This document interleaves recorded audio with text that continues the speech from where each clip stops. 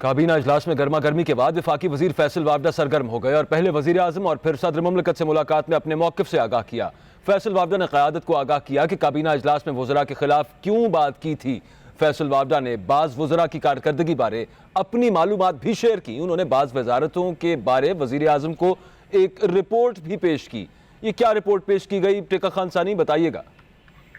جی بالکل، وفاقی وزیر فیصل وابڈہ آج بھی اسلام آباد میں موجود ہیں۔ گزشتہ روز کابینہ میں جس طرح وہ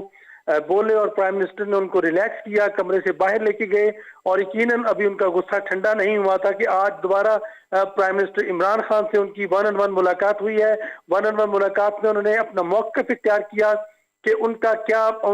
یعنی کس وجہ سے انہوں نے وفاقی وزراء کے اوپر سوال اٹھائے تھے اور ان کی کارکردگی کے اوپر سوالات اٹھائے تھے۔ فیصل وابڈہ نے آج یہ واضح کیا ہے کہ چونکہ پلاننگ منسٹری کے ایک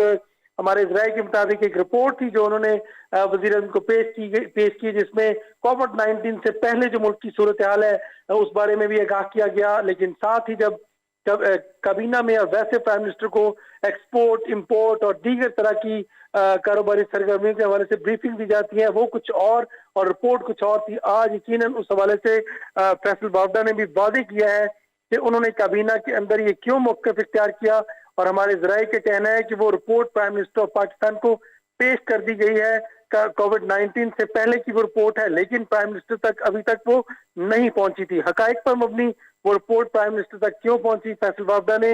اس کا بھی وزیر اعظم کو واضح کیا کہ کیوں خفیہ رکھا گیا اور حقائق پرائم منسٹر سے کیوں چھپائے گئے۔ آج وہ معلومات شیئر کی ہیں فیصل وابڈہ نے وزیر اعظم عمران خان کے ساتھ، اور یقیناً پرائم منسٹر آف پاکستان کے ساتھ ملاقات کے بعد ان کی صدر مملکت ڈاکٹر عارف الوی سے بھی ملاقات ہوئی ہے۔ ڈاکٹر عارف الوی کے ساتھ بھی انہوں نے پارٹی کے امور اور سیاسی معاملات پر اور قومی امور پر بات چیت کی، اور خاص طور پر گزشتہ روز جو کابینہ میں چیزیں ڈیولپ ہوئیں اس میں ان کے جو جارحانہ انداز تھا، غصہ تھا، اس بارے میں بھی انہوں نے آگاہ کیا کہ آخر وہ کیا وجہ تھی جس پر وہ مجبور ہوئے کہ وہ 3-4 وزراء کو آڑے ہاتھوں لیں، اور خاص طور پہ عبدالرزاق داؤد جن کے بارے میں یہ کہا جاتا ہے کہ انہوں نے چینی جب ایکسپورٹ کرنے کی اجازت ملی تھی تو انہیں ذمہ داری سونپی گئی تھی کہ وہ اس معاملے پہ نظر رکھیں، اگر شارٹیج ہو تو اس کی ایکسپورٹ بند کر دیں۔ اسد عمر نے یہ کمیٹی ریکمینڈ کی تھی ECC کی، یقیناً اس بارے میں بھی آگاہ کیا کہ یہ لوگ ذمہ دار ہیں، چینی کا ایشو ہو، ایکسپورٹ کیوں اجازت دی گئی، آخر ذمہ دار کون ہے؟ پرائم منسٹر نے تو اجازت نہیں دی، کابینہ نے انڈورس کیا تھا اس کو، اور وہ بھی مشروط طور پہ۔ تو یقیناً ساری کڑیاں اس پہ ملتی ہیں وفاقی وزراء سے، خاص طور پہ پیٹرولیم کے معاملے خصوصی کے اوپر بھی انہوں نے سوال اٹھایا تھا، پیٹرول کی قلت کے حوالے سے کہ ایک طرف قیمت کم ہوئی اور قلت کر کے پرائم منسٹر کے کریڈٹ کو ڈس کریڈٹ کرنے کی کوشش کیوں ہوئی، آخر کیوں سوالات اٹھائے عوام کی طرف سے، پرائم منسٹر کی بہتر کارکردگی کے اوپر کیوں سوالات اٹھے۔ یقیناً فیصل وابڈہ نے اس حوالے سے بھی پرائم منسٹر کو آگاہ کیا کہ وہ